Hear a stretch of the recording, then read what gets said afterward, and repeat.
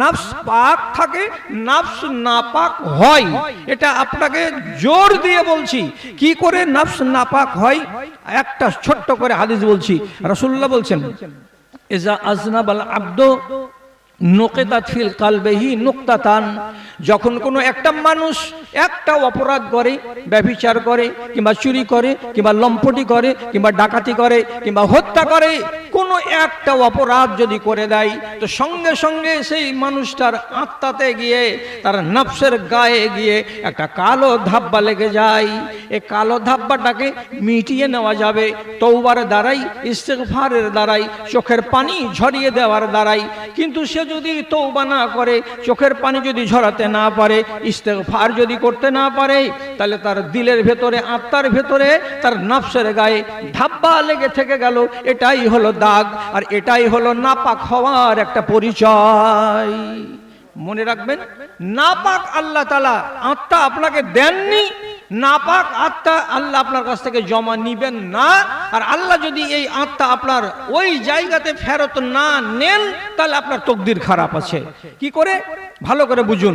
একটা হাদিসে আছে, যখন একটা মানুষের জান কবজ হওয়ার টাইম আসে, তো রাসূলুল্লাহ বলছেন, নাজালাত মালায়েকাতান ফীহিম, নাজালাত মালায়েকাতান ওয়া মাহুম রিহুন কারিহিল মিসকে। আসমান থেকে একটা ফেরেশতা আছে, তার কাছে কাফন থাকে, কাপড় থাকে, এবং সে আপনার রূহটাকে টেনে বার করে। টেনে বার করার পর তাকে আবার কাফনে লেপটিয়ে দিয়ে এক পা দুই পা করে উঠতে উঠতে উঠতে উঠতে উপর দিকে চলে যায়। উপর দিকে যায়। উপর দিকে গিয়ে যখন প্রথম আকাশ আসে, তখন ওইখানে গিয়ে টক টক করে আওয়াজ দেয়, দিয়ে ওখানকার গেটম্যানকে বলে, দরজাটা খুলে দাও, দরজা খুলে দাও, এই রুহটাকে উপর দিকে নিয়ে যাব। কেন? যেখান থেকে রুহটা এসেছিল সেই জায়গাতে রুহটাকে ফেরত নিয়ে যেতে হবে। যদি পাক রুহ থেকে থাকে, যদি পরিষ্কার আত্মা থেকে থাকে, তাহলে দরজা খুলে দেওয়া যাবে। দরজার পর দরজা, 7টি দরজা অতিক্রম করে আবার সেই জায়গাতে গিয়ে পৌঁছাবে। কোনখান থেকে এসেছিল? ইল্লিয়িন থেকে এসেছিল, সেইখানে রুহটাকে পৌঁছিয়ে দেওয়া হলো। তাহলে ভালো জিনিস আপনি পেয়েছিলেন, তাকে ভালো করে রাখলেন, তাকে দাগদার হতে দেননি, অতএব সেই জিনিসটা আল্লাহ তাআলা আপনার কাছ থেকে সহি সালামত ফেরত নিয়ে নিলেন। আবার এইখানে রাসূলুল্লাহ হাদিসে বলছেন, নাজালাত মালায়েকা, আল্লাহর ফেরেশতা নাজিল হয়। হওয়ার পরে একজন গুন্ডা মানুষ, সান্ডা মানুষ, পান্ডা মানুষ, নালায়েক মানুষের জান যখন কবজ করে, তখন জঘন্য ভাষা দিয়ে তাকে ডেকে তার জানটাকে বের করে। ভাষাটা কি বলে? হাদিসে লেখা আছে, ইয়া আইয়াতুহান নাফসুল খাবিসা উখরুজি ইলা গাযাবিল্লাহ। এই হারামখোর জান, এই খবিস জান, বেরিয়ে আই, আল্লাহর গজবের দিকে তোমাকে নিয়ে যাব। এই জন্য আমরা এসেছি। এবং ওই ফেরেশতার কাছে যে কাপড়টা আছে, তো ওই কাপড় থেকে দুর্গন্ধ বের হবে। কেমন দুর্গন্ধ বের হবে? রিহুন কা আনতানে রিহিল জুসকাল জুসাতে। মরা কুকুরকে রাস্তার কিনারায় যেমন ফেলে রাখা হয় আর সেখান থেকে দুর্গন্ধ ছড়ায়, ওই রকম দুর্গন্ধযুক্ত কাফনের ভেতরে আপনার রুহটাকে ভরে দিয়ে তারা উপর দিকে নিয়ে যাবে। উপর দিকে নিয়ে যাওয়ার পরে আসমানের দরজায় ওখানে গিয়ে বলবে, ভাই গেটটা খুলে দাও, রুহটাকে উপর দিকে নিয়ে যাব। যেহেতু উপর দিক থেকে এসেছে, আবার উপর দিকে যাবে। আল্লাহর ফেরেশতারা, গেটম্যানেরা বলবে, কার রুহ এটা এনেছো? এত নাপাক রুহ, এত দুর্গন্ধ কিসের ছড়াই? মরা কুকুরের গন্ধ তো সহ্য হয়, কিন্তু মানুষটার রুহের দুর্গন্ধ সহ্য করা যায় না। এমন দুর্গন্ধযুক্ত রুহকে আকাশের উপরে যেতে দেওয়া যাবে না, সব নাপাক হয়ে যাবে। সুতরাং আমরা দরজা খুলবো না, উপর দিকে যেতে দেব না। আজ মানুষকে দেখে যদি মানুষের লাগে এত ভয়, তবে আমি বলবো দুনিয়াটা পশুদের, মানুষের দুনিয়া তো নয়, মানুষের দুনিয়া তো নয়। মানুষের রূপ নিয়ে মানুষের মাঝে ঘোরে হায়নার দল কত এখানে। মা বোনের ইজ্জত দ্বিধাহীন চিত্তে লুটে নিতে বাধা নেই যেখানে। জালিমের সন্ত্রাস চুপ করে সয়ে যাও, এই যদি রাষ্ট্রের আইন হয়, তবে আমি বলবো দুনিয়াটা পশুদের, মানুষের দুনিয়া তো নয়, মানুষের দুনিয়া তো নয়। উপকার মনে এলে কাউকে যদি ঘর থেকে কিছু টাকা ধার দাও, শোধটা পাবে না তবু চাইতে গেলে উঁচু নিচু কথা শুনে ফিরে যাও, উঁচু নিচু কথা শুনে ফিরে যাও। ইনসাফ চাই বলে ফরিয়াদি কেঁদে মরে, তথাপি শাসক যদি নীরবে ঘুমায়, তবে আমি বলবো দুনিয়াটা পশুদের, মানুষের দুনিয়া তো নয়, মানুষের দুনিয়া তো নয়।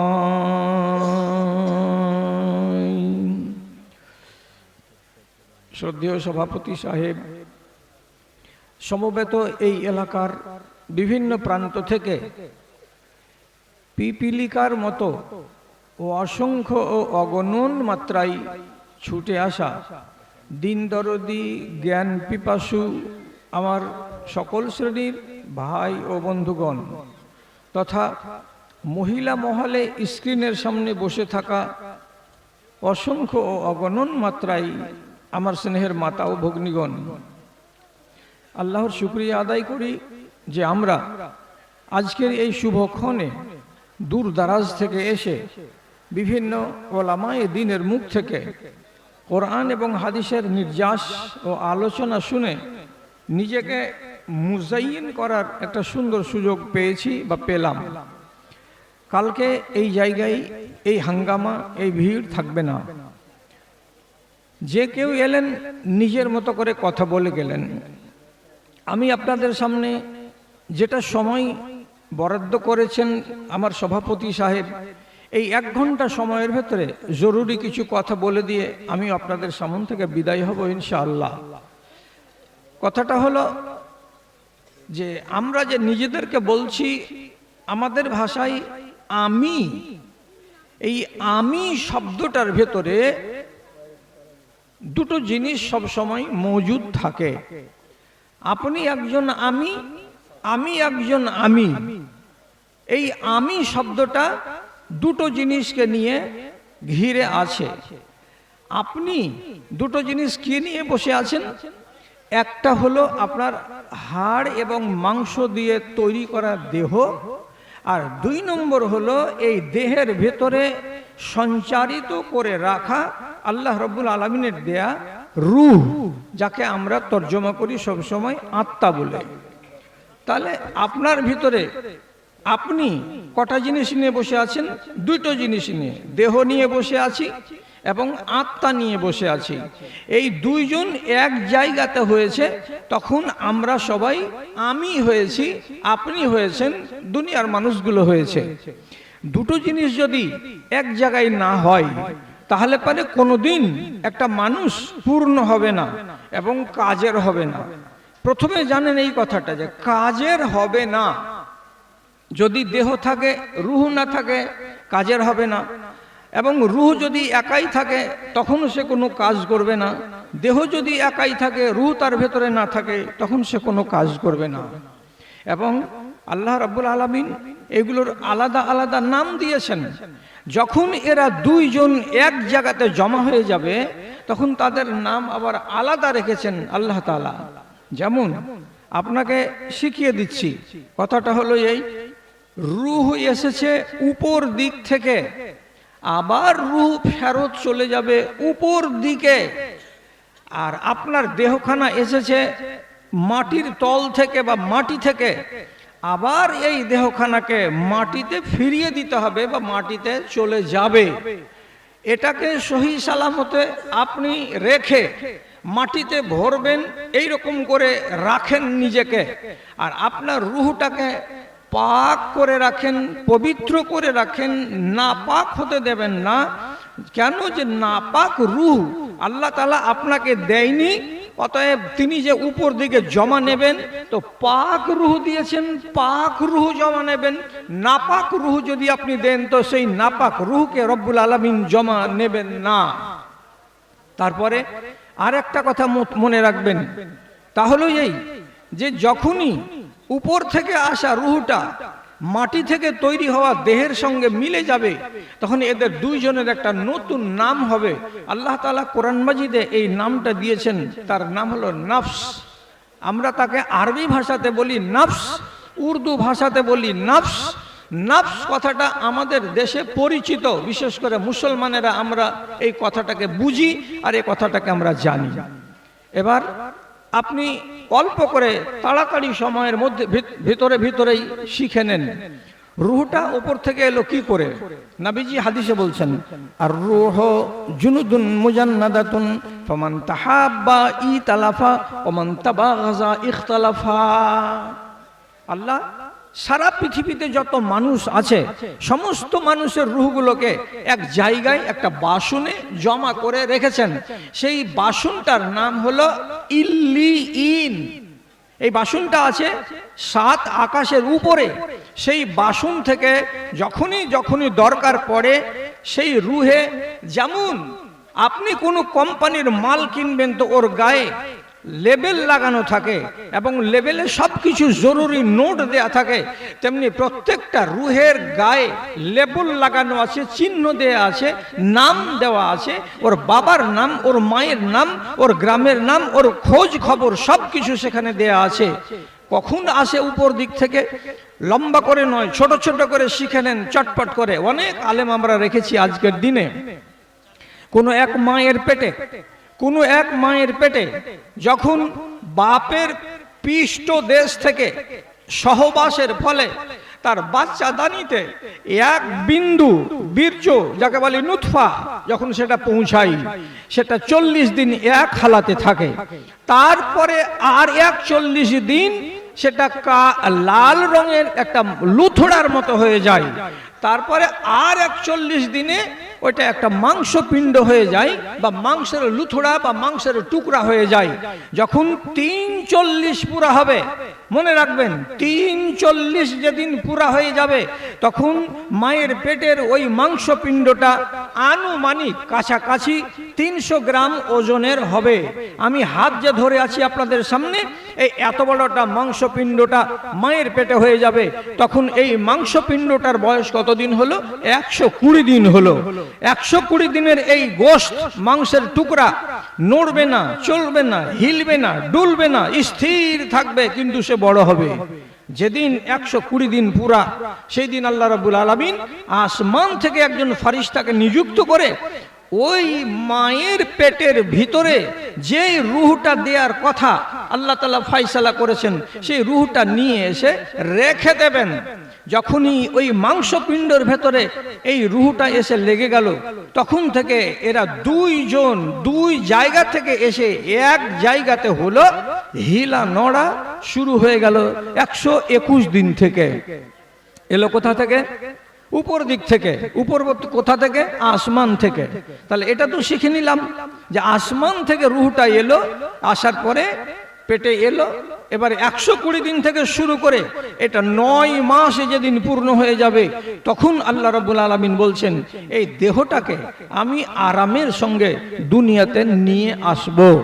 এটাও কোরআন মাজিদে আল্লাহ তাআলা বলছেন, সুম্মাস সাবিলা ইয়াসসারা। এই 2.5 কিলো ওজনের, 3 কিলো ওজনের বাচ্চাটাকে কেমন করে ওই সংকীর্ণ রাস্তা দিয়ে দুনিয়াতে আনতে হবে, সেটার মালিক হলাম আমি আল্লাহ। এই জন্য জন্ম হওয়ার পূর্বে রব্বুল আলামিন ওয়াদা করে বলছেন, ওই মায়ের পেট থেকে আসার রাস্তাটাকে আমি আসান করে দিই, আমি নরম করে দিই, আমি মুলায়ম করে দিই, যাতে করে বাচ্চাটা দুনিয়াতে আসতে কোনো কষ্ট না পায়। চলে এলো দুনিয়ায়। আপনি কি এখন একটা মানুষ, দেহটা কোথা থেকে এসেছিল? আল্লাহ কোরআনে বলছেন, হুয়াল্লাযী খালাকাকুম মিন তুরাব। আল্লাহ রাব্বুল আলামিন তো তিনি, যিনি তোমাদেরকে মাটি থেকে তৈরি করেছেন। আপনি বলবেন আমি মাটি থেকে কেমন করে তৈরি হলাম? দাদারাই আমার, আমরা যত ফল খাই, যত আমরা আহার করি, গোশত খাই, মাংস খাই, শাক খাই, সবজি খাই, ডিম খাই, যত কিছু খাই না কেন সেগুলো আমাদের শরীরের ভেতরে জমা হয়। কত রকম জমা হয়? এখানে বিজ্ঞানীরা বলছে 24 রকমের আমাদের দেহের ভেতরে কোয়ালিটি এবং ভিটামিন এবং জারাসিম এগুলো সব তৈরি হয়। 24 রকমের জিনিস আমার আর আপনার শরীরের ভেতরে থাকে। তার ভেতরে যতগুলো নাম আমরা জানি আর যতগুলো নাম আমরা জানি না, সব রকমের উপাদান দিয়ে আল্লাহ রাব্বুল আলামিন আমার দেহটাকে তৈরি করেন। এক্ষুনি যদি আপনার দেহকে বিজ্ঞানের ল্যাবরেটরিতে গিয়ে পরীক্ষা করে দেখা যায়, আপনার দেহের ভেতরে সোনার অংশ পাওয়া যাবে, আপনার দেহের ভেতরে চাঁদির অংশ পাওয়া যাবে, আপনার দেহের ভেতরে ফলের অংশ পাওয়া যাবে, আপনার দেহের ভেতরে মাটির অংশ পাওয়া যাবে। কেন? আল্লাহ রাব্বুল আলামিন বলছেন তোমাদেরকে আমি মাটি থেকে তৈরি করেছি। ওই সমস্ত ফল মূল খানা পানি খাওয়ার পরে মানুষের পেটের ভেতরে পচে সরে যাওয়ার পর এতে রক্ত তৈরি হয়, এতে আবার সোডিয়াম তৈরি হয়, এতে আবার ভিটামিন তৈরি হয়, আবার ওই থেকে বীর্য তৈরি হয়। যেই বীর্যের কথা রব্বুল আলামিন কোরআন মাজিদে স্পষ্ট করে বলে দিয়েছেন, ওই বীর্যটা থেকে মায়ের পেটে যাওয়ার পরে সেটাই মাংসপিণ্ড হয়। তাহলে দেহ তৈরি হলো মাটি থেকে, আর রূহ আসলো কোথা থেকে? আসমান থেকে। দুটোই পাক হয়ে এলো। আপনাকে সুরক্ষিতভাবে রাখতে হবে যাতে করে দুটো জিনিস দুই জায়গাতে আল্লাহ তাআলা পৌঁছে দেন, কবুল করে নেন, আল্লাহ তাআলা যেন রদ না করেন। এই কথাটা আপনাকে জেহেনে রাখতে হবে। নফস পাক থাকে, নফস নাপাক হয়। এটা আপনাকে জোর দিয়ে বলছি। কি করে নফস নাপাক হয়? একটা ছোট্ট করে হাদিস বলছি। রাসূলুল্লাহ বলছেন, ইজা আজনাবাল আব্দু নুকিতাত ফিল কালবিহি নুকতাতান। যখন কোনো একটা মানুষ একটা অপরাধ করে, ব্যভিচার করে কিংবা চুরি করে কিংবা লম্পটি করে কিংবা ডাকাতি করে কিংবা হত্যা করে, কোনো একটা অপরাধ যদি করে দেয়, তো সঙ্গে সঙ্গে সেই মানুষটার আত্মাতে গিয়ে, তার নফসের গায়ে গিয়ে একটা কালো ধাব্বা লেগে যায়। এই কালো ধাব্বাটাকে মিটিয়ে নেওয়া যাবে তওবার দ্বারাই, ইস্তেগফারের দ্বারাই, চোখের পানি ঝরিয়ে দেওয়ার দ্বারাই। কিন্তু সে যদি তওবা না করে, চোখের পানি যদি ঝরাতে না পারে, ইস্তেগফার যদি করতে না পারে, তাহলে তার দিলের ভেতরে, আত্মার ভেতরে, তার নফসের গায়ে ধাব্বা লেগে থেকে গেল। এটাই হলো দাগ, আর এটাই হলো নাপাক হওয়ার একটা পরিচয়। মনে রাখবেন, নাপাক আল্লাহ তাআলা আত্মা আপনাকে দেননি, নাপাক আত্মা আল্লাহ আপনার কাছ থেকে জমা নিবেন না। আর আল্লাহ যদি এই আত্মা আপনার ওই জায়গাতে ফেরত না নেন, তাহলে আপনার তকদির খারাপ আছে। কি করে? ভালো করে বুঝুন। একটা হাদিসে আছে, যখন একটা মানুষের জান কবজ হওয়ার টাইম আসে, তো রাসূলুল্লাহ বলছেন, নাযালাত মালায়েকাতান ফীহিম, নাযালাত মালায়েকাতান ওয়া মাহুম রিহুন কারিহিল মিসকে।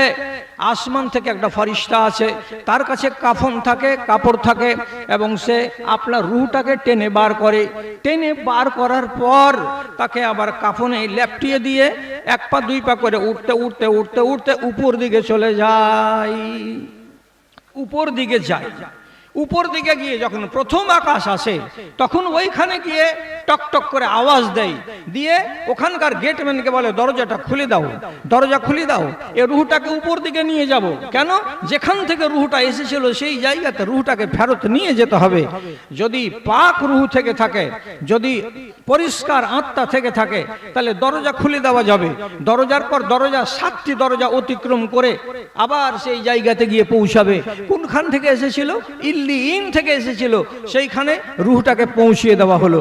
তাহলে ভালো জিনিস আপনি পেয়েছিলেন, তাকে ভালো করে রাখলেন, তাকে দাগদার হতে দেননি, অতএব সেই জিনিসটা আল্লাহ তাআলা আপনার কাছ থেকে সহি সালামত ফেরত নিয়ে নিলেন। আবার এইখানে রাসূলুল্লাহ হাদিসে বলছেন, নাজালাত মালায়েকা, আল্লাহর ফেরেশতা নাজিল হয়।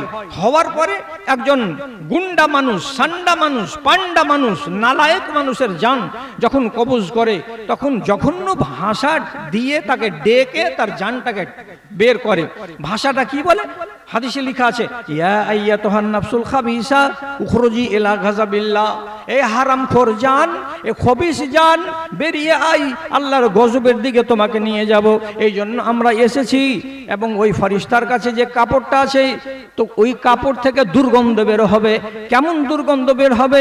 রিহুন কা আনতানে রিহিল জুসকাল জুসাতে, মরা কুকুরকে রাস্তার কিনারায় যেমন ফেলে রাখা হয় আর সেখান থেকে দুর্গন্ধ ছড়ায়, ওই রকম দুর্গন্ধযুক্ত কাফনের ভেতরে আপনার রুহটাকে ভরে দিয়ে তারা উপর দিকে নিয়ে যাবে।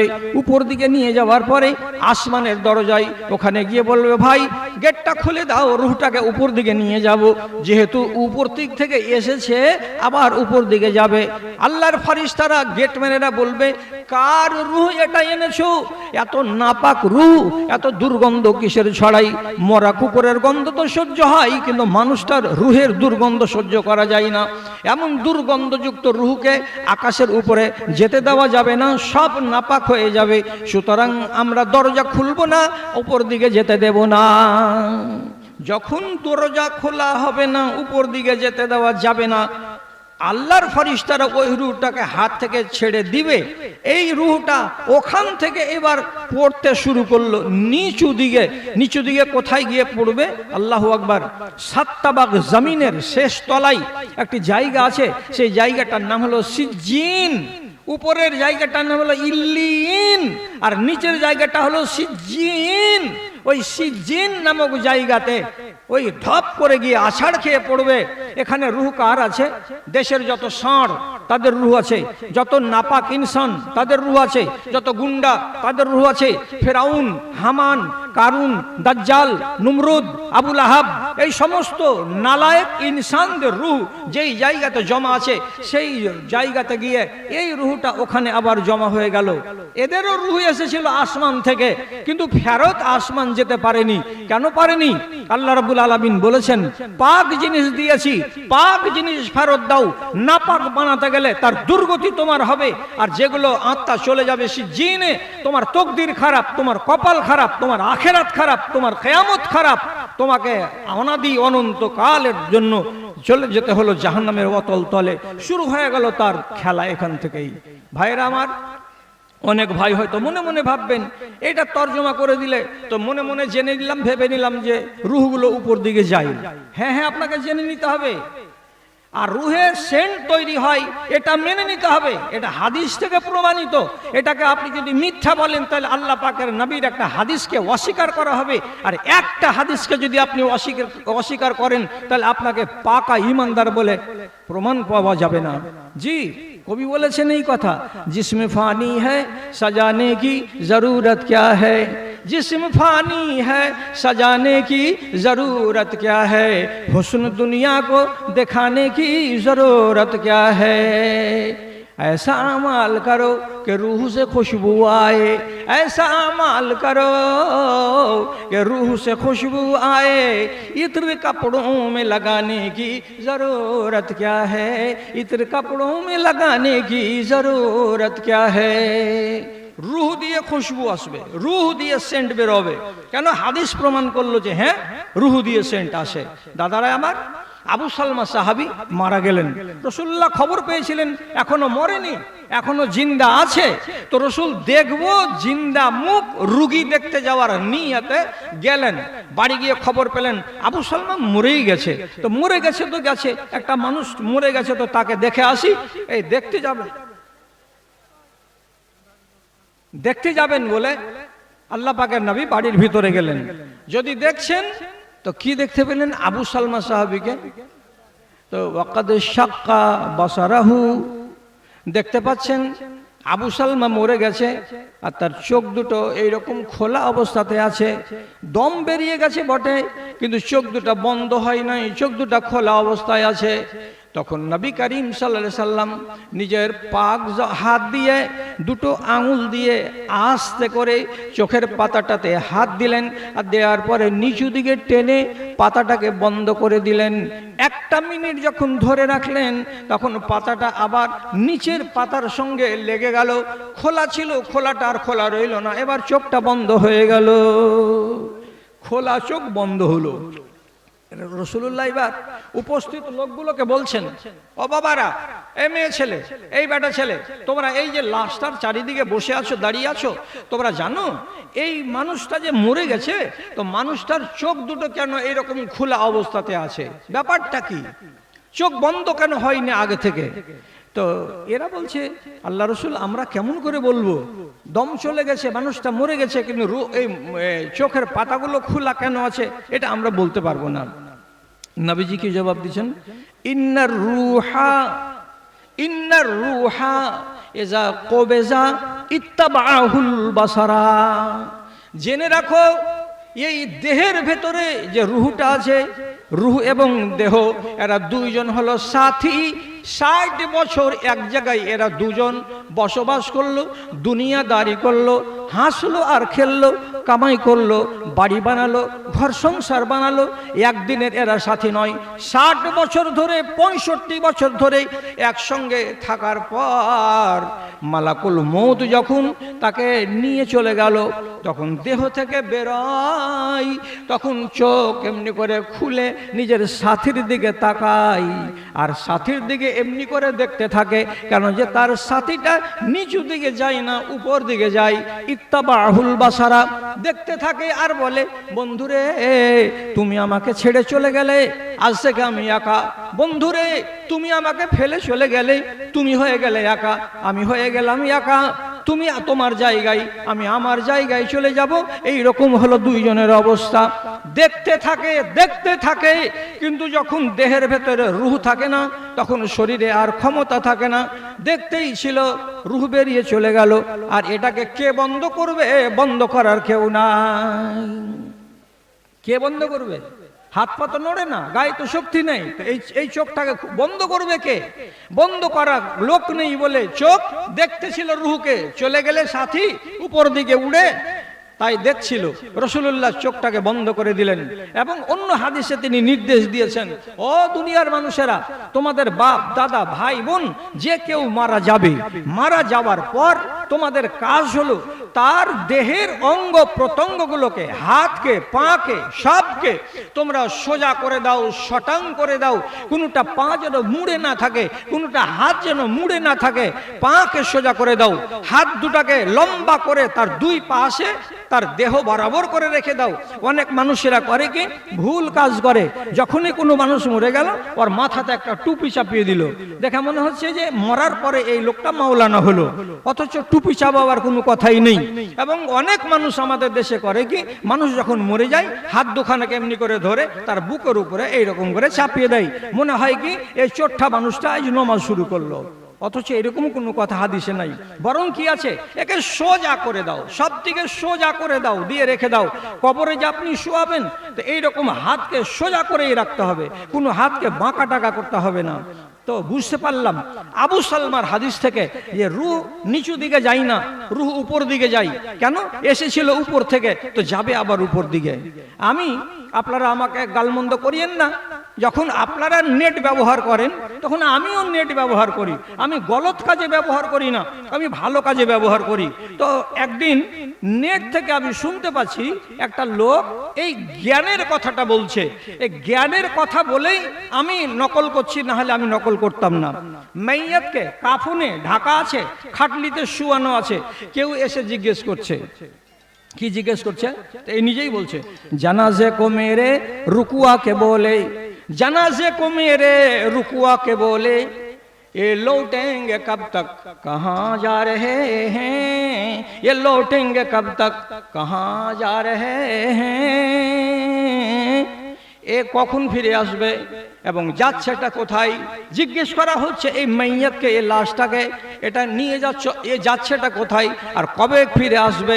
দুটো প্রশ্ন যখন জিজ্ঞাসা করা হলো, তখন জবাব আসছে কি বলে, यहाँ काट कर जिंदगी की सजाएं, यहाँ काट कर जिंदगी की सजाएं, जहाँ से चले थे वहीं जा रहे हैं, जहाँ से चले थे वहीं जा रहे हैं।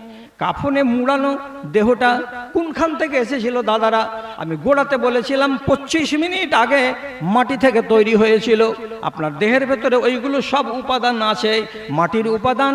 এই দেহটাকে আবার মাটির ভিতরে আপনাকে জমা দিয়ে দিতে হবে, আমাকে জমা দিয়ে দিতে হবে। পৃথিবীর কোনো মানুষ যদি বলে আমাকে উপরে রেখে দাও, আমাকে খবরদার মাটি দেবে না, অন্যায় কথা। এটা মানুষের হক নয়। মানুষের হক হলো এটাই যে তাকে মাটি থেকে এসেছে, মাটিতেই পৌঁছে দিতে হবে। আল্লাহ রাব্বুল আলামিন বলছেন সুম্মা আমাতাহু ফাআকবারা, যখন তার সময় পুরা হয়ে যায় তখন তাকে আমি মরণ দিই। আর যখন তাকে মরণ দেওয়া হয়ে যায় তখন তাকে কবরে নিয়ে যাওয়া হয়। আকবরা, তাকে কবর দেওয়া হয়। আল্লাহ রাব্বুল আলামিন কবরের নাম নিয়েছেন কোরআন মাজিদে। জ্বালিয়ে দেওয়ার কথা বলেননি, পুড়িয়ে দেওয়ার কথা বলেননি। কারেন্টের চুল্লিতে ভরে দিয়ে 15 মিনিটের ভেতরেই পুরো দেহটাকে ছাই করে দিয়েই গঙ্গার পানিতে ভাসিয়ে দেওয়ার কথা বলেননি। হাত আর পা যেমন আছে এইরকম হাত আর পাকে নিথর অবস্থায় কাফনে মুড়ে দিয়ে কবরে আপনাকে জমা দিয়ে দেওয়ার কথা বলা হয়েছে। কবরে দিয়ে দেন, তাহলে এই দুটো হিসাব হয়ে গেল। আপনি কবরে যাবেন, আমি কবরে যাব। হযরতে আদম আলাইহিস সালাতু ওয়াস সালামের ছেলে হাবিল সর্বপ্রথম ইনসান, যে ইনসান কবরে গেছে, তার কবরে যাওয়া কতটি দিন হলো? আল্লামা ইবনে কাসির রাহিমাহুল্লাহ উনি হিসাব দিয়ে বলেছেন, আদম থেকে ইব্রাহিম আলাইহিস সালাতু ওয়াস সালাম এই দুনিয়ার বয়স হলো 4000 বছর। ইব্রাহিম আলাইহিস সালাতু ওয়াস সালাম থেকে নবী মুহাম্মদ সাল্লাল্লাহু আলাইহি সাল্লাম পর্যন্ত দুনিয়ার বয়স হলো আর 4000 বছর। এবং আমার নবী থেকে শুরু করে আজ পর্যন্ত দুনিয়ার বয়স হলো 1500 বছর। তার মানে টোটাল বয়স হয়ে গেল কত? 9500 বছর। তাহলে আদমের বেটা যেটার নাম হাবিল, সর্বপ্রথম ভাই তাকে মার্ডার করেছে। মার্ডার হওয়ার পরে সে কবরে গেছে কতদিন আগে? তো 9500 বছর আগে। আপনাকেও যেতে হবে। পৃথিবীতে কেউ বাইরে নেই, সব মাটির তলাতে চলে গেছে। যাওয়ার আগে আপনি যদি এই দেহটাকে নাপাক করে না রাখেন, কেমন নাপাক? দেহকে দিয়ে নাপাক হয়? দেহ নাপাক হয় হারাম কাজ দিয়ে। সুদ খেয়ে খেয়ে দেহকে মোটা করে রেখেছিলেন, এটা হলো নাপাক দেহ। মদ খেয়ে খেয়ে দেহটাকে মোটা করে রেখেছেন, এই দেহটা হলো নাপাক দেহ। ব্যভিচার করে নিজের গুনাহগুলোকে মার্জনা করাতে পারেননি, জমা আছে ঘাড়ে সমস্ত কিছু, এই দেহটা হলো নাপাক দেহ। নাপাক দেহ হতে গেলেও আর পাক দেহ হতে গেলেও তাকে কবরেই দিতে হবে। কবর ছাড়া বাইরে কোথাও দেওয়া চলবে না। এইবার যখন যাবে, যারা ভালো মানুষ যাবে, তো ভালো মানুষ যাওয়ার জন্য শুধু আগ্রহ করবে, আমাকে আমার জায়গায় নিয়ে চলো, আমাকে আমার জায়গায় নিয়ে চলো। সহিহ হাদিসে লেখা আছে, যখন আপনি তাকে কাফন পরিয়ে গলিতে খাটলিতে শুইয়ে রাখবেন, তখন ওইখান থেকে আওয়াজ দিয়ে বলবে এ দেহের ভিতর থেকে, কি বলে? কাদ্দিমুনি কাদ্দিমুনি, ও আমার লোকেরা তোমরা দেরি করিও না, তাড়াতাড়ি আমাকে কবরের মাঝে নিয়ে চলো, আমার আরামের জায়গায় আমাকে যেতে দাও। যত দেরি হচ্ছে আমার আরামের জায়গাতে যেতে ততটাই আমার দেরি হয়ে যাচ্ছে, তোমরা ওয়া কারণে দেরি করিও না। এই সেই করে করে সময় নষ্ট করো না, আমাকে আমার আরামের জায়গায় তাড়াতাড়ি করে পৌঁছে দাও। আর সে যদি নাপাক দেহ হয়, সে যদি খবিশ দেহ হয়, তাহলে ওই দেহকে যখনই এই 4 জন লোক ঘাড়ে করে উঠাতে যাবে, আল্লাহর কসম খেয়ে বলছি, নবী করিম সাল্লাল্লাহু আলাইহি সাল্লাম সহিহ হাদিসের ভেতরে বলছেন, এই দেহ থেকে আওয়াজ বেরিয়ে আসবে। কি বলে আওয়াজ বেরোবে? কত অনুরোধ করে করে বলবে, বড় ভাই আমাকে খাটলিতে করে কবরের দিকে নিয়ে যেও না, চাচাজি খাটলিকে ঘাড়ে করিও না, দাদারে খাটলিকে ঘাড়ে করিও না, উমুক সাহেব আমার রিশতেদার লোক আপনি খাটলিটাকে ঘাড়ে করিয়েন না, আপনারা 4 জন 6 জন মিলে আমাকে কবরের দিকে নিয়ে যেন না, আমি ওখানে যাব না, আমার যাওয়ার ইচ্ছা নেই, আমার যেতে মন চাই না, আপনারা রেখে দেন খাটলিটাকে। কত জোরে চেঁচাবে, কত জোরে চিৎকার করবে, কত জোরে গলা ফাটিয়ে ফাটিয়ে আপনার কাছে আবেদন নিবেদন করবে, যাব না চাচাজি, যাব না, বড় ভাই যাব না, নিয়ে যেও না, নিয়ে যেও না বলে কত যে গলা ফাটবে। রাসূল করিম সাল্লাল্লাহু আলাইহি সাল্লাম বলছেন, লাউ সামিআ সাউতাহু লাসায়কা, ও যে চিৎকার করে করে বলবে, তার গলার আওয়াজ যদি আমরা শুনতে পেতাম যারা কাঁধে করে নিয়ে রাখি, তো রাসূল বলছেন এই কাঁধে করে নিয়ে যাওয়া লোকগুলা তার গলার চিৎকার শুনে ওখানেই দুম করে জমিনে পড়ে তারাও মরে লাট হয়ে যেত, এত জোর করে সে চেঁচায়। এটা মিথ্যা নয়, একেবারে সঠিক হাদিসে রাসূল করিম সাল্লাল্লাহু আলাইহি সাল্লাম বললেন। কিন্তু আমরা ওর চিৎকার শুনতে পাই কি? শুনতে পাই না। কাঁদে আর ধড়ফড় ধড়ফড় করে আর বলতেই থাকে, আর আমরা ওকে টানতে টানতে টানতে টানতে ঘাড়ে করে নিয়ে চলে গেলাম কোথায়? তো কবরের দিকে। महिला पिंडाल में प्रोजेक्टर साफ नहीं हो रहा है, बार बार ऐलान करना पड़ रहा है, आप महिला पिंडाल में प्रोजेक्टर का फोटो साफ करें। তো ওই দেহটা আক্ষেপ করে করে কাঁদে আর বলে, কি বলে? তোমার দুনিয়ায় শেষ হলো থাকা, তাই তোমার কাছে এলাম, পাপেরও ভরে চলতে পারিনি, তাই কাঁধে চেপে এলাম, তাই কাঁধে চেপে এলাম। কথা ঠিকই। পৃথিবীর কোনো মানুষ হেঁটে কবরে যায় না, লোকের ঘাড়ে চড়েই যাবে, ঘাড়ে চড়েই যেতে হবে আপনাকে আর আমাকে। তোমার দুনিয়া মোহ দিয়ে ভরা, তোমার দুনিয়া মোহ দিয়ে ঘেরা, ঘিরেছিল ভালো আমাকে, রং তামাশাই কেটে গেছে দিন, চিনিনি গো হাই তোমাকে, চিনিনি গো হাই তোমাকে। এক যুগ ধরে ধরাই বাঁচিয়া, এক যুগ ধরে ধরাই বাঁচিয়া, কি আমি পেলাম, তোমার দুনিয়ায় শেষ হলো থাকা, তাই তোমার কাছে এলাম, পাপেরও ভরে চলতে পারিনি, তাই কাঁধে চেপে এলাম, তাই কাঁধে চেপে এলাম। যাও, ওখানেই যাও, যেখানে তোমাকে যাওয়ার কথা আল্লাহ বলেছেন কোরআনে, সেখানেই যাও। তবে গেলে তো দেহটাকে পাক করে নিয়ে গেলে না না পাক করে নিয়ে গেলে, সেটা তোমাকেই দেখতে হবে। আল্লাহ রাব্বুল আলামিন বলছেন, ওয়াকাদ খাবা মান দাসাহা, যে সমস্ত লোক নিজের আত্মাকে নাপাক করেছে তারা হাত চুলকাবে কিয়ামতের দিন, তাকে আফসোস করতে হবে। যারা দেহটাকে নষ্ট করেছে তারাকে কিয়ামতের দিন আফসোস করতে হবে আর হাত কসলাতে হবে। হাই, আল্লাহর তৈরি করা জিনিসের ভেতরে আমি কিসের জন্য দখলদারি করতে গেলাম, কেন মাতব্বরি করতে গেলাম, কেন এটাকে গান্দা করলাম? তো সেই দিন আফসোস করে লাভ হবে না, আজকেই আপনাকে এই জ্ঞানটা করে নিতে হবে। দাদারা আমার, 1 ঘন্টা সময়ের ভেতরে 10খানা মিনিট রাখতে হবে আপনাদের কাছে কিছু চাওয়ার জন্য। এটা ইঙ্গিত আছে, কেন যে এ তো বিশাল বড় জালসা।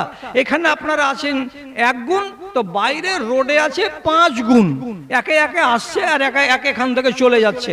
তো এদিকে আপনাকে লক্ষ্যটা রাখতে হবে। তাই আমি 10টা মিনিট ওদিকে রাখবো। আমি আমার টাইমের দিকে ঘড়ি ঘড়ি করে দেখে আসি, আমার কাছে আরো কিছু টাইম বাকি আছে। আমি 2-4টা কথা আপনাকে বলে দেই দেহের ব্যাপারে। আপনি যদি বেশি মোড়লি করেন তাহলে পারে কিন্তু আল্লাহ রাব্বুল আলামিন আপনাকে ছেড়ে কথা বলবেন না। কেমন ছেড়ে কথা বলবেন না? আপনাকে সুন্দর করে রব্বুল আলামিন দুনিয়াতে আনলেন, আপনি সুন্দর করে দুনিয়া থেকে বিদায় হয়ে চলে যাবেন, এটা হলো তরিকা। কিন্তু যদি মাতব্বরি করে থাকেন, কেমন মাতব্বরি? মৌত দেবেন আল্লাহ, আপনি মরবেন নিজের বিছানায় অথবা হসপিটালে অথবা চাকার তলে পড়ে গিয়ে অথবা ট্রেনের তলে অথবা বাসের তলে অ্যাক্সিডেন্ট হয়ে আল্লাহ মরণ দেবেন, তখন আপনি মরবেন। আপনি নিজে থেকে মৌতকে টেনে যদি আনেন, রব্বুল আলামিন সেটাকে তৈরি করে দেবেন। কিন্তু মৌত আপনি ডেকে আনবেন। যদি এই কাজ আপনার দ্বারাই হয়, তাহলে আপনি দেহের সঙ্গে মাতব্বরি করলেন, আপনাকে ছেড়ে কথা হবে না। কেমন? একটা লোক জানে খেদ হয়ে গেল, মনে রাগ হয়ে গেল, বিবির উপরে ক্ষিপ্ত হয়ে গেল, বিবি আমাকে জ্বালাই, বিবি আমাকে পোড়াই, বিবি আমার কথা শুনে না, থাকবো না আমি এই দুনিয়াতে। বাস করলো কি? বিষ খেয়ে নিল, বিষ খেয়ে সে মরে গেল। তাহলে বিষ খেয়ে মরে যাওয়াটা আল্লাহ রাব্বুল আলামিন আপনার জন্য এটাকে তরিকা তৈরি করেননি, আপনি নিজে থেকে মৌতকে ডেকে আনার জন্য বিষ খেয়ে নিলেন। কিয়ামতের দিন আপনি যে আপনার দেহের সাথে এই নাইনসাফি করেছেন, তার জন্য রব্বুল আলামিন বলবেন, যতদিন পর্যন্ত জাহান্নামীরা থাকবে অতদিন পর্যন্ত তোমাকে বিষের পিয়ালা দেওয়া হবে। বিষ খাও আবার মরো, আবার জিন্দা হও, আবার বিষ খাও আবার মরো, আবার জিন্দা হও। এই সিলসিলা তোমার চলতেই থাকবে। কিন্তু বিষ খাওয়া রোগী খালি এমনি করে বিষ খেয়ে নিতে গেলে কি আরামে মরে যায়? আরামে মরে ধরে না, ওর দুই কষা দিয়ে কত গোড়াল ভাঙে কোনোদিন দেখেছেন? যদি দেখে থাকেন তাহলে বুঝবেন, আর দেখে যদি না থাকেন তো বিষ খাওয়ার লোকের মরণ কত যে কষ্টের মরণ আছে। 20টা লোকের স্বাভাবিক মরণে যতটা কষ্ট না হয়, একটা বিষ খাওয়ার লোকের মরণে অতটা কষ্ট হয়।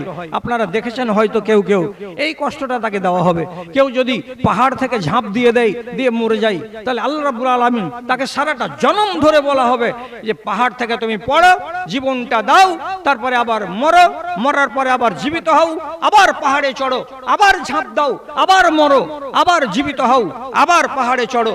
সারা সারা জীবন ধরে তোমাকে তোমার আত্মার সাথে এই অবিচার যে করেছিলে দুনিয়াতে, এই আযাব চলতেই থাকবে। কেন তুমি মাতব্বরি করতে গেলে আমার দেয়া দেহের ভেতরে?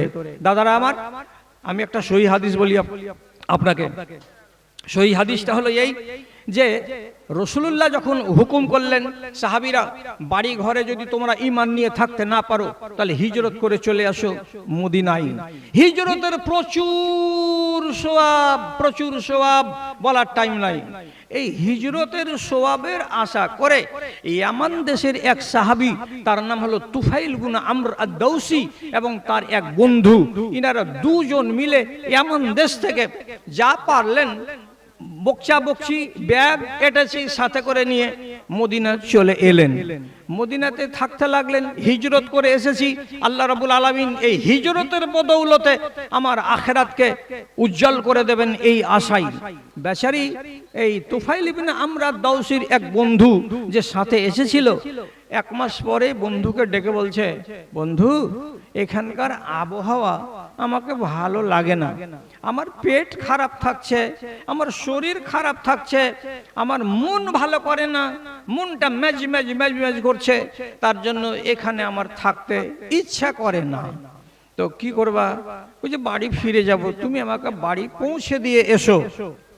তুফাইল ইবনে আমর কাঁধটাকে এমনি করে করে নাড়ছে আর বুঝাচ্ছে বড় মানুষকে, দাদা একটু কষ্ট হতে গেলেও মানুষকে কষ্টকে হজম করতে হয়। যদি কেউ মানুষ কষ্ট না করে তাহলে পরে ভালো মিলে না।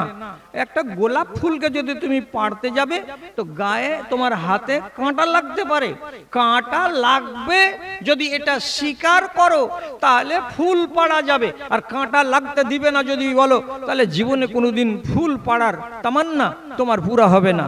একটু কষ্ট যদি হয় তো কবুল করো। আল্লাহর নবীর দেশে আছি আর সকাল এবং বিকাল নবীজির মুলাকাত হচ্ছে, সামনে বসে বসে তার বয়ান শুনছি, আমরা কত খুশনসিব। যেও না। একবার বুঝালো, ফের 3 দিন পরে বলছে আমি থাকবো না, আমি চলে যাব, আমার শরীর ভালো করে না। একবার বুঝিয়ে, 2 বার বুঝিয়ে, 10 বার বুঝিয়ে সাহাবীটার মনের ভেতরে লেগে গেছে যে আমি থাকবো না, বাড়ি চলে যাব। শেষে যখন বন্ধু তাকে বাড়ি পৌঁছে দিল না, তখন কি করলো, একদিন এশারের নামাজ পড়ে মসজিদে নববীর এক সাইডে নিজের তীর দান থেকে একখানা তীরকে বের করলো। তীরের মাথায় যে লোহাটা আছে, ওই চোখা লোহাটা, তেরছা চোখা লোহাটা, এই ফলাটাকে পাথরে ঘুষে ঘুষে ঘুষে ঘুষে তেজ করে নিল। তেজ করে নেওয়ার পর যখন মসজিদ থেকে সমস্ত নামাজিরা নিজের নিজের বাড়ি চলে গেছে, তখন তিনি এক সাইডে শুয়ে গেলেন। আর শুয়ে যাওয়ার পরে ডান হাত দিয়ে তীরখানাকে ধরে বাম হাতের শাহাদাতের আঙুলের গোড়ায় গিরাই এমনি করে করে, যেমন করে মানুষ চাকু চালাই অমনি করে চাকু চালা করে চোখা তীরখানাকে চালিয়ে দিয়ে রগ পর্যন্ত কেটে দিল। ব্লিডিং শুরু হয়ে গেল মসজিদের ভেতরে, রক্ত বেরিয়ে যায়। বেচারি মাথাটাকে সাহানের উপরে রেখে দিয়েছে, আর দেওয়ার পরে বলছে আমার জ্ঞান অতক্ষণ আছে যতক্ষণ আমার শরীরে রক্ত আছে, আমার জ্ঞান হারিয়ে যাবে যখন আমার শরীরের রক্ত বন্ধ হয়ে যাবে। আমি কেটেছি এতটাই যে আমার শরীরের রক্ত যতক্ষণ পর্যন্ত থাকবে অতক্ষণ পর্যন্ত বন্ধ হবে না। হলোটা তাই, আধ ঘন্টা ধরে, 1 ঘন্টা ধরে, 1 ঘন্টা ধরে 1 ফোঁটা, 2 ফোঁটা, 3 ফোঁটা, 4 ফোঁটা করে রক্ত বেরিয়ে বেরিয়ে বেরিয়ে বেরিয়ে শরীরের প্রয়োজনীয় রক্ত যখন বের হয়ে গেল, বেচারি জানতেও পারলো না কখন তার আত্মাটা বিয়োগ হয়ে গেল, কখন সে মরে গেছে। মসজিদের ভেতরে মরা লাশ পড়ে আছে। আপনি বলুন এ মরণটা কেমন? এটাকে খুদকুশি বলে না, আত্মহত্যা বলে না? তুমি নিজে আঙুলকে কেটে দিলে আর দেওয়ার পরে নিজের মৌতটাকে ডেকে আনলে, তো তোমাকে এই দেহের মাতব্বরি করতে কে বলেছে? আল্লাহ রাব্বুল আলামিন বলেছেন কি আপনাকে 10 মিনিট আগে নিষেধ করেছি এই দেহটার উপরে মাতব্বরি করা চলবে না। আপনি যদি বলেন একখানা হাত কেটে দিয়ে দিব কাউকে, এটা করা চলবে না। আপনি বলবেন একটা চোখ কাউকে দিয়ে দিব আর নিজে এক চোখের হয়ে থাকবো, এটা করা চলবে না, চলবে না এগুলো করা। তবে অনিবার্য যদি হয়ে যায় তো ফোকাহায়ে কেরাম বলেছেন অনিবার্য যদি হয়ে যায়, এমন একান্ত আপন লোক তোমার আছে যেই লোকটা ধরুন ওর দুটাই চোখ কানা হয়ে গেছে, একটা চোখ যদি কেউ দেয় তাহলে দুনিয়াটা ও দেখতে পাবে। ধরেন আমার বাপ, ধরেন আপনার বেটা, তাহলে এইরকম ক্ষেত্রে আমি আমার বাপকে অথবা আমি আমার বেটাকে কিংবা আমি আমার মাকে। হ্যালো, মৌলানা জার্জিস সাহেব চলে এসছে, আপনারা দেখতে পেয়েছেন। জায়গাতে বসে যান, মৌলানা এখন 10 মিনিট কালেকশন করবে, তারপরে মৌলানাকে টাইম দিয়ে দেবো। তো তাকে মৌলানা চলে এসছে জার্জিস সাহেব, তাকে দান করা যাবে। এই ছেলেটি তোমরা রাস্তাটাতে কেন দাঁড়িয়ে আছো? তোমার কোনো জ্ঞান ট্যান কিছু নাই, এটা রাস্তায় কেন দাঁড়িয়ে আছো? বাঁশ দিয়ে ঘেরে তোমাদের জন্য তো আলাদা জায়গা করা হয়েছে এদিকে ওদিকে, তো তোমরা সেদিকে না গিয়ে তোমরা এইটা কেন করছো বলো তো? হ্যাঁ, তাহলে হলোটা কি? এই সাহাবী যখন তাকে মাটি দেওয়া হলো, তো 8 দিন পরে তার সাথী তুফাইল বিন আমরা দৌসি, উনি স্বপ্ন দেখতে পাচ্ছেন যে আমার বন্ধুকে তো 15 দিন আগে মাটি দেওয়া হয়েছে, তো আমার বন্ধু কেমন আছে? তো জিজ্ঞেস করলেন, বন্ধু কেমন আছো? কথা শুনেন, এদিকে শুনেন, কথা শুনেন, কথা শুনেন, খেয়াল করেন এদিকে। বন্ধু কেমন আছো? কবরে তো তোমাকে রেখে এসেছি 15 দিন হয়ে গেল, তুমি এখন কেমন আছো? তখন তুফাইল বিন আমরা দৌসির বন্ধু জবাব দিয়ে বলছে, আমি ভালো আছি, আল্লাহ রাব্বুল আলামিনের নবীর দেশে হিজরত করে এসেছি বলে আল্লাহ আমার গুনাহকে মাফ করে দিয়েছেন। তখন তুফাইল বিন আমরা দৌসি তাকে এমনি করে আঙুলের দিকে দেখিয়ে বলছেন, তোমার আঙুলে ব্যান্ডেজ কেন করা আছে, এটার কারণটা কি? তখন তিনি তাকে খবর দিয়ে বলছেন, আল্লাহ তাআলা আমাকে বলেছেন, লা আসলাহ বিমা আফসাদতা, তুমি যেটাকে খারাপ করেছো হে আমার বান্দা, আমি ওটাকে ভালো করব না। তুমি তোমার হাতকে কেটে জখম করেছো, এই জন্য তুমি দায়ী, আমি এটাকে ভালো করব না। এই বলে যখন তিনি জানতে পারলেন, রাসূলুল্লাহকে এসে জানালেন, আল্লাহ পাকের রাসূল, আমার বন্ধুকে আল্লাহ তাআলা মাফ করেছেন বটে, কিন্তু তার আঙুলটাকে মাফ করা হয়নি, ব্যান্ডেজ লাগানো আছে। নবীজি স্বয়ং আল্লাহ তাআলার কাছে দোয়া করে বললেন, পরওয়ারদিগারে আলম, আমার এই সাহাবীকে তুমি যেমন মাফ করে দিয়েছো, তেমনি তার হাতখানাকে তুমি মাফ করে দাও, বেচারি ভুল করেছিল। আল্লাহর নবী যখন দোয়া করে দিলেন, 15 দিন পরে আবার স্বপ্নে দেখছেন তো তার হাতের বাম হাতে আঙুলে ব্যান্ডেজ আর লাগানো নাই, হাতটা পরিষ্কার হয়ে আছে। কি বোঝা গেল এই থেকে? রাসূলুল্লাহ যদি দোয়া না করতেন তাহলে তার হাতের ব্যান্ডেজ কিয়ামত পর্যন্ত থাকতো। কেন? যে এটাকে নষ্ট করেছিল কে? বান্দা নিজে। অতএব আপনি আপনার দেহের মালিক বটে, কিন্তু আল্লাহ রাব্বুল আলামিন আপনাকে পাওয়ার দেয়নি যে এটাতে আপনি কোনো হেরফের করবেন, কাটাছিড়া করবেন, পরিবর্তন করবেন, এটা জীবনে কেউ করবেন না। আলহামদুলিল্লাহ, অনেক কথা আপনাদের সামনে হয়ে গেল, আবার অনেক কথা আপনারা শুনবেন। এই যে আমার হাতে এখন 7 থেকে 8 মিনিট টাইম আছে, এই 7-8 মিনিট টাইমের মধ্যে আপনাদেরকে একটু ডাকছি মোহাব্বতের সাথে। এত বিশাল বড় জালসা আর এত বড় প্রতিষ্ঠান, যেখানে একটা ছেলেদের আর একটা মেয়েদের, একটাই আল্লাহর বান্দা এই ভাই সাহেব আমার চালাচ্ছেন, আর আপনারা তার পেছন দিকে বাহুবল হয়ে দাঁড়িয়ে আছেন, এটা বড় খুশির খবর। তো তাকে, তার প্রতিষ্ঠানকে স্বাবলম্বী করার জন্য, তাকে মজবুত করে তার নিজের ভূমিকা পালন করার জন্য যারা যারা আপনারা এখানে মোহাব্বতের অন্তর নিয়ে এসেছেন, তাদের কাছে নিবেদন, একটু এগিয়ে আসুন। কে এমন আছেন আল্লাহর বান্দা যারা এই মাদ্রাসাকে ভালোবেসে 1000 টাকা করে দান দেবেন, 500 টাকা করে দান দেবেন? আমি তো 4টা 5টা কিংবা 10টা লোককে তো পাবো যারা আপনারা 500 টাকা 1000 টাকা করে দান দেবেন। এর আগে আদায়কারীদের হাতে আপনারা দিয়েছেন, আমার হাতে কেন বা দিবেন না? আমি তো এসেছি মালদা জেলা থেকে, আমার বাড়ি তো কাছে নয়, আমার বাড়িও তো দূরে। আলহামদুলিল্লাহ, জি দাদার নামে মাশাআল্লাহ। আমার এক ভাই বিসমিল্লাহ করলেন, 500 টাকা দিলেন দাদার নামে, নিশ্চয়ই দাদা হয়তো কবরবাসী হয়েছে। আল্লাহুম্মা সাল্লি আলাইহি আল্লাহুম্মা বারিক আলাইহি আল্লাহুম্মা আইয়িদহু বিল ইলমি ওয়াল হিলমি ওয়া যায়্যিনহু বিল ঈমানি ওয়াত তাকওয়া ওয়া লা তুররিজু বিল ফিতানি ইয়া রাব্বাল আলামিন আমিন বিরহমাতিকা ইয়া আরহামার রাহিমিন। আর দুই একজন লোক আছেন, দেরি করিয়েন না, সময় বাঁধা আছে। যেমনি ঘড়িতে শুয়া হবে, শুয়া আর এই শুয়া একটা তেমনি বন্ধ হয়ে যায়। আচ্ছা আলহামদুলিল্লাহ। আরেকজন ভাই আমার 500 টাকা, আল্লাহুম্মা সাল্লি আলাইহি, মা বাবার নামে আমার ভাইজান 500 টাকা দান কবুল করো পাক সুবহান, মিটায় দাও তাদের মরার মান, আমিন আমিন। এটা কি নাকফুল? এই দেখেন রাসূলুল্লাহর যুগের যেগুলো সুন্নাতি দান চলতো, মা বোনেরা সোনা আর চাঁদির গয়নাগুলোকে দান করে দিতেন। এই আজকে এক মা নাকফুল, নাকের গয়না, নাক ছাবি, এটা দিয়ে পাঠিয়ে দিয়েছেন মাদ্রাসাকে। মাশাআল্লাহ। আমার ভাইজানের মাদ্রাসা, এই মাদ্রাসাকে উনি যে একাই ভালোবাসেন এমন কথাটা নয়। আমার ভাই ওয়ালি আখতার সাহেব আপনাদের সঙ্গে সংযোগ রেখেছেন, মুহাব্বতের সাথে তাল্লুকও কায়েম করে রেখেছেন। মাশাআল্লাহ, আপনারা তাকে সমর্থন করুন। এই যে আমার মা দান দিয়ে পাঠিয়েছে, আল্লাহ তার দানকে সাদরে গ্রহণ করে। আমার ভাইজান, আমার ভাই সাহেব 500 টাকা দিচ্ছেন দাদু দাদির নামে। আল্লাহুম্মা সাল্লি আলাইহিমা, আল্লাহুম্মা বারিক আলাইহিমা, আল্লাহুম্মা আকসির মালাহু ওয়া লাদাহু ওয়া বারিক লাহু ফিমা আতাইতাহু ওয়াজিদ ফি উমরিহি, আমিন আমিন। তোমার আদেশে দিন চলে যায়, তোমার আদেশে দিন চলে যায়, আধার নেমে আসে রাতে, কত যে শক্তি লুকায়ে রেখেছো। আলহামদুলিল্লাহ। আমার আর একজন ভাই 500 টাকা দান, এ দান মঞ্জুর করো পাক সুবহান, ওহি আল্লাহ দয়াময় মেহের করিবে, দানকারী দানকে কবুল করিবে, আমিন আমিন বিরহমাতিকা ইয়া আরহামার রাহিমিন। এ কথা শোধালে হৃদয় আমার, এ কথা শোধালে হৃদয় আমার সত্যি দহিয়া যায়, কেন প্রতিদিন ভারত ভূমিতে মুসলিম জবাই হয়, মুসলিম জবাই হয়। রামের দেশে রবে রাম ভক্তরা, তাদের বড় সমাদর, দেশের সেবক যত সব ওরা মুসলমান দাগাবাজ চোর, মুসলমান দাগাবাজ চোর। মাথা মোটা এই বজ্জাত রাখে, ইতিহাসকে দেখায়। আমার ভাই তাবারক সাহেব উনি 5,000 টাকা, আল্লাহুম্মা সাল্লি আলাইহি ওয়া বারিক আলাইহি, আল্লাহুম্মা আকসির মালাহু ওয়া লাদাহু ওয়া বারিক লাহু ফিমা আতাইতাহু ওয়াজিদ ফি উমরিহি। রব্বে কারীম এই প্রতিষ্ঠানকে ভালোবাসে আমার ভাইজান তাবারক সাহেব 5,000 টাকা দান করেছেন। আয় আল্লাহ তার রুজিতে তুমি বরকত দাও, তার রুটিতে তুমি বরকত দাও, তার ফসলে বরকত দাও, তার আহলে যারা কবরবাসী হয়েছে আল্লাহ তাদের কবরকে তুমি নূরে মুনাওয়ার করে দাও। إن تعذبهم فإنهم عبادك وإن تغفر لهم فإنك أنت العزيز الحكيم ربنا تقبل منا إنك أنت السميع العليم آمين آمين برحمتك يا أرحم الراحمين 50টা জুটাতে হবে, তাড়াতাড়ি করে জুটিয়ে দেন। এখন পর্যন্ত সিঙ্গেল ভাবে পেয়েছি আমি 9 জনের কাছে 500 করে টাকা।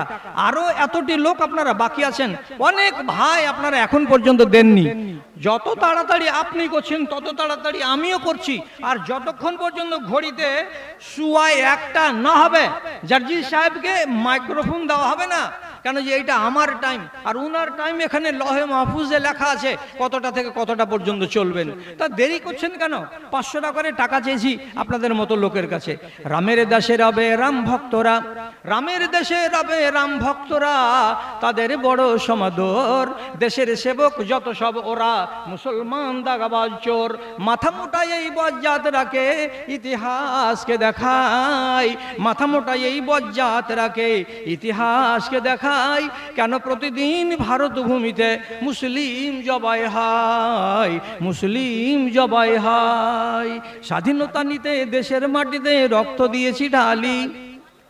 একটা ইন্স্যুরেন্স গাড়ির হয়, এটা কি বুঝেন না? টাইম কমে গেল, আমার 4 মিনিট হয়ে গেল, 5 মিনিটের জায়গায় 4 হয়ে গেল। ইন্স্যুরেন্স করার মানে এটা কি? আগে থেকে যে টাকা ভরছেন কোম্পানিকে, গাড়ি যদি উল্টে যায় তো কোম্পানি টাকাটা দিয়ে আপনার গাড়িটাকে ভালো করে দেবেন। আপনি আল্লাহ রাব্বুল আলামিনের বারগাহে আপনার ভুট্টার ইন্স্যুরেন্স করেন, 1 কুইন্টাল ভুট্টা লেখান, তাহলে হবেটা কি? আপনার জমির ফসলটাকে রব্বুল আলামিন সহি সালামতে আপনার বাড়ি পর্যন্ত পৌঁছে দেবেন। কেন যে আল্লাহ তাআলা তো জানছেন যে আপনি 1 কুইন্টাল ভুট্টা দিয়েছেন মাদ্রাসাতে, ওয়ালি আখতার ভাইয়ের মাদ্রাসায়। তো তাহলে আল্লাহ যদি ফসল না দেন, গৃহস্থ পাবে না, ওয়ালি আখতার সাহেবের মাদ্রাসাও পাবে না। এবং আল্লাহ রাব্বুল আলামিন এই সমস্ত দ্বীনি ইদারাগুলোকে, ইসলামের যেগুলো আমাজগাহ, এই সমস্ত জায়গাগুলোকে ভালোবাসেন। তখন তিনি কি করেন? ফসলটাকে রক্ষণাবেক্ষণ করে আপনার বাড়ি সহি সালামতে পৌঁছিয়ে দেওয়ার ব্যবস্থা করেন। তখন হয়টা কি? আপনার ভাগ আপনি নেন, মাদ্রাসার ভাগ মাদ্রাসা নেই। তাহলে কেন আপনি ইন্স্যুরেন্সটা করছেন না? কেউ 50 কেজি ভুট্টা বলেন, কেউ 1 কুইন্টাল ভুট্টা বলেন, এটা তো কমসে কম হবে। দয়া করে এত ভুট্টাওয়ালা লোক আপনারা এই মজলিসে আছেন, আমরা যে আসছি স্টেশন থেকে কাঠিয়ার থেকে ডানে আর বামে যতদূর চোখ যাচ্ছে শুধু ভুট্টা আর ভুট্টা আর ভুট্টা, রাস্তা ভুট্টা ছাড়া ছেড়ে কিছু দাও দেখতে ভাই। পাওয়া যাচ্ছে না। এই রাস্তাগুলো ছাড়ো না তোমরা, রাস্তা ছেড়ে দাও, হ্যাঁ? রাস্তা আরে ছেড়ে দাও। রাস্তাগুলো ছেড়ে তোমরা সাইডে বসো না রে বাবা, এটা সামান্য কথাটা কেউ বলে কি? কি হলো তোমাদের নরককে মনে করে, বুক কেন দুরু দুরু কাঁপে না? নয়ন দুয়ারে দেখি লাগিয়েছো তালা যে, অশ্রু দুফোঁটা কেন ঝরে না? পাপের পরিধি জানি তোমাদের ছোট নয়, তথাপি পাপের দিকে কেন ডাক দাও? ইমানকে বলি দিতে জল্লাদ বেশ ধরে, বারে বারে মোছে কেন পাক দাও? বেদনার অশ্রু কোরআন ঝরাই কত, চোখ তুলে একবার দেখো না। কি হলো তোমাদের নরককে মনে করে, বুক কেন দুরু দুরু কাঁপে না? বুক কেন দুরু দুরু কাঁপে না? পলে পলে আয়ু গেল গুনে দাগ আঙুলে, পলে পলে হামাকে দেনা হে বাপ ভুট্টা যে আমি চেয়েছি ওয়ালি সাহেব কি ভুট্টা চেয়েছেন কটি 50 কিলো নাজমে আলম ভুট্টা, নাজমে আলম সাহেব বিসমিল্লাহ করলেন। হাজি হাল খাড়ো করতে গেলে দুটো বল লাগে, আর একটা কেউ হও না জি, একটা লিয়া আমি গাঁথা করে বড়াবো দুনিয়ার লোকের সাথে, আর একটা লোক 50 কেজি, আর 2 মিনিট টাইম আছে মাত্র, মাত্র 2 মিনিট 2 মিনিট 2 মিনিট। আর একটা লোক কোন আল্লাহর বান্দা আছেন যিনি বলবেন যে আমি 50 কিলো দিব, দিয়ে দেন, তাড়াতাড়ি করে দেন। পাওয়া গেল না, পাওয়া যদি না যায় তার জোর করে কি করব শেষ বেলাতে। আর যতটুকু টানা হেঁচড়া করার ছিল, যারা এই বিষয়ের বিশেষজ্ঞ, যারা মুতাখাসিস, ওরা কাজ করেছে। এবং বিশেষ করে আমার ভাই তো উনি তো হলেন পিএইচডি করা লোক, উনিও করেছেন। আমার মিদ বাবা মোহাম্মদ হুসেন সাহেব উনিও করেছেন। তারপরে এরপরে আবার কেউ আসবেন, তারাও করবেন। আর আপনাদের কাছে পৌঁছিতে না পারলেও আপনারা নিজের খুশিতে দিয়ে দেবেন। আর ভাইদের কাছে চাদর পাঠাচ্ছেন কি? চাদর পাঠিয়েছেন, ঠিক আছে। এবার আপনারা ভালো থাকুন। 1 ঘন্টা সময় নিয়ে এসেছিলাম, দেখতে দেখতে যেমন ফুরুত করে উড়ে যাই, ফুরুত ওই রকম ফুরুত হয়ে গেল, 1 ঘন্টার সময় কেটে গেল। এবার হায়াত বাকি তো মুলাকাত বাকি। আপনাদের এই দুনিয়ার জীবনের সুখ এবং আখিরাতের জীবনের সুখ শান্তি রব্বুল আলামিনের কাছে কামনা করে এখানে ইতি টেনে দিলাম। বেয়াদবি মাফ করবেন। আল্লাহ হাফেজ। আসসালামু আলাইকুম ওয়া রাহমাতুল্লাহি ওয়া বারাকাতুহু।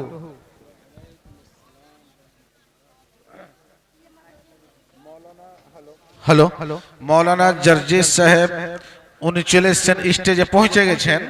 আপনারা যা আছে জায়গাতে নিজে নিজে জায়গাতে বসে যান। এখন মৌলানা জার্জিস সাহেবের প্রোগ্রাম হবে, আপনারা ইতমিনানে জায়গাতে বসে যান। মৌলানার তাকরির চলবে, আর এর মধ্যে মধ্যে চাদর ঘুরবে, যে যা পারবেন চাদরে দিবেন, কিন্তু মৌলানার তাকরির চালু থাকবে, ডিস্টার্ব হবে না। আপনারা বসে যান। মৌলানা জার্জিস সাহেব স্টেজে পৌঁছে গেছে, চলে এসছে। আপনারা ই করেন। এই সওয়ালটা এদিক থেকে দিয়েছিল, বারবার জবাব চাইছে, এই সওয়ালের জবাব চাইছে। अभी ना, अभी बोल रहा है कि जवाब दीजिए। अरे बाद में मौलाना जी हजरत गिरामी आप मायनाज बंगला जबान के खतीब हजरत मौलाना बदरुद्दुजा साहब नदवी हफिज़हुल्लाह, मैंने बताया कि बंगला और उर्दू जबान के दर्जनों किताबों के मुसन्निफ हैं। बड़ी अच्छी तकरीर रूह के मुतालिक उन्होंने की है, उसको समझकर उस पर अमल करने की हम सबको जरूरत है।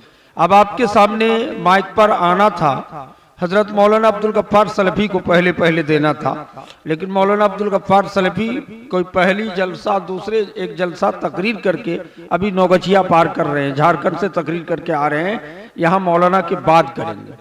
और हजरत मौलाना हजरत अली साहब जीवनी वक्ता जो बंगला जबान पे हंसाने वाले खतीब हैं, वो भी मौलाना अब्दुल गफ्फार के बाद तकरीर करेंगे। अभी माइक पर आपके सामने बिला ताखीर हजरत मौलाना मोहम्मद जर्जीस साहब सिराजी इटावा यूपी तशरीफ लाएंगे। उनसे पहले मुस्तफ़ा कमाल से गुजारिश है कि 2-3 मिनट के लिए चंद कलिमात बोलेंगे, लेकिन याद रख के बहुत से लोग